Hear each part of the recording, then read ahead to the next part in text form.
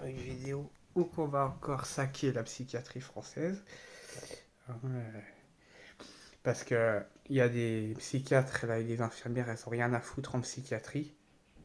Parce que je viens de lire un lien sur Wikipédia qui parle de la paranoïa sensitive. En fait, c'est un traitement qui relève de l'antidépresseur et de la psychothérapie à la base. C'est bien répertorié comme une psychose. Mais paradoxalement, c'est une psychose que le neuroleptique est déconseillé. Ou du moins, il est déconseillé seul, sans couverture d'un antidépresseur, car la paranoïa sensitive n'est ni un trouble bipolaire, ni une schizophrénie. Donc, on n'est pas dans la même médication et on n'est pas dans la même prise en charge que dans la schizophrénie. Parce que les délires sensitifs et la schizophrénie, ça a strictement rien à voir. Donc, j'ai les liens, je vous les retraduirai. Donc ça se traduit en fait par une impossibilité à gérer les échecs affectifs, les échecs tout court dans la vie. Il y a un problème d'obsession au niveau des valeurs morales, un problème d'obsession, comme je viens de le dire, au niveau des échecs. Il y a des troubles dépressifs, des troubles affectifs, des idées suicidaires, un sentiment de persécution. Mais déjà, il n'y a pas de labilité thymique, de labillation thymique comme dans le trouble bipolaire. Donc on est bien dans une pathologie thymique, dans une pathologie affective, mais on n'est pas dans une labilité thymique, dans une polarité comme dans le trouble bipolaire. Et on n'est pas non plus dans des ententes de voix, d'hallucinations visuelles, de, de délire olfactif ou quoi que ce soit. Il n'y a pas de... Le délire, il est seulement interprétatif dans cette pathologie-là, en fait. Il n'y a aucun symptôme hallucinatoire dans cette pathologie-là, ce qui est vrai. Je n'ai jamais eu de souci d'hallucination, enfin, sauf sous certaines molécules, donc je ne vais pas me fatiguer à réémunérer parce que j'ai fait d'autres vidéos, sauf sous certaines molécules où j'en ai eu. Mais à jeun, je veux dire sans les effets indésirables des traitements, j'ai pas d'hallucination. Donc, euh, le problème du neuroleptique, c'est qu'il ne va pas traiter les problèmes affectifs. Il va juste se cibler sur la persécution, mais il ne va pas fixer la susceptibilité. Il ne va pas cibler le rapport douloureux à l'échec. Il ne va pas cibler les idées dépressives. Il ne va pas cibler les idées obsédantes. Parce que contrairement à ce qu'on croit, l'obsession et le délire sont deux choses différentes. Et l'antipsychotique n'empêche pas les pensées obsessionnelles. L'antipsychotique n'empêche pas les pensées obsessionnelles parce que c'est un mécanisme différent de la persécution et c'est un mécanisme différent des hallucinations. Donc, quand on dit que le tertian, le nausinant, a un effet anti-obsessionnel, c'est totalement faux. Ça peut inhiber les émotions, ça peut faire que tu as des pertes de plaisir, des pertes d'orgasme, des pertes de joie, des pertes de motivation, des pertes de sensations, mais en aucun cas ça n'a un effet anti-obsessionnel. Tu es un zombie, t'as plus de plaisir de la vie, t'as plus goût à rien, mais en aucun cas tes pensées obsédantes ont disparu pour autant sous neuroleptique.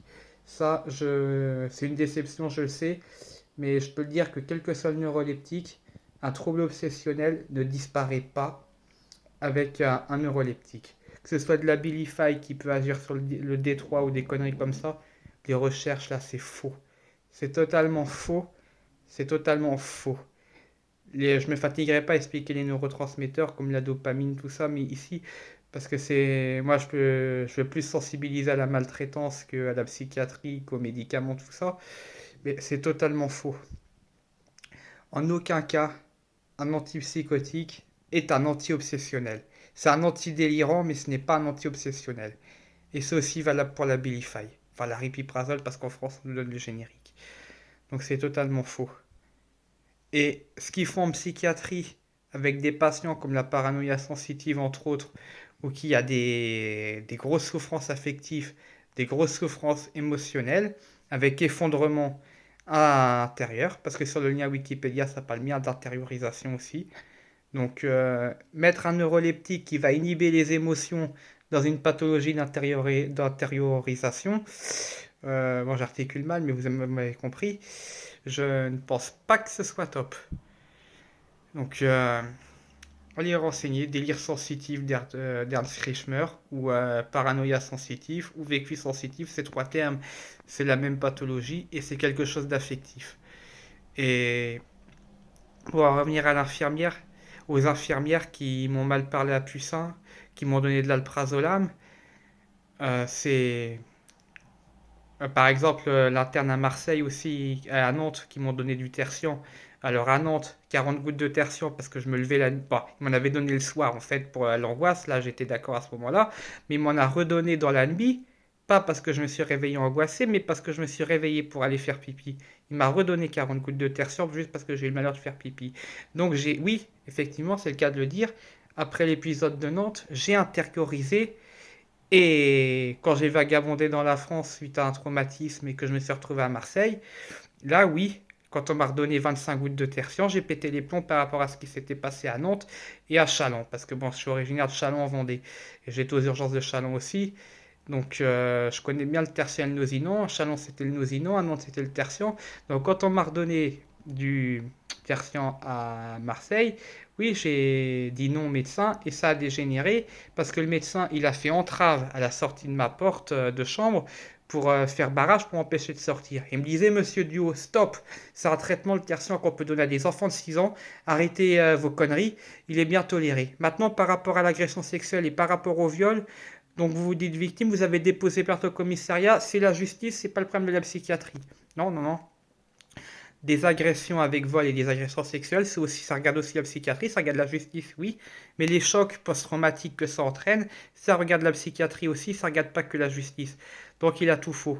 Et parler comme ça à quelqu'un qui a de graves problèmes d'intériorisation, qui a de graves problèmes émotionnels, ça s'appelle de la domination. Et de la domination dans une pathologie d'orgueil, de problèmes affectifs, là, ce psychiatre, il connaît vraiment pas son métier. Je peux dire qu'en France, il y a beaucoup de psychiatres, Docteur Vore, Docteur Breuil, Docteur Messan-Murphy. Vous connaissez pas du tout l'empathie, mais vous connaissez pas non plus votre métier. Donc là, je referai une seconde vidéo tout à l'heure, ou que je vais, parce que je peux pas, j'ai pas d'ordinateur, mais je vous retraduirai par écrit ce que j'ai lu sur Wikipédia.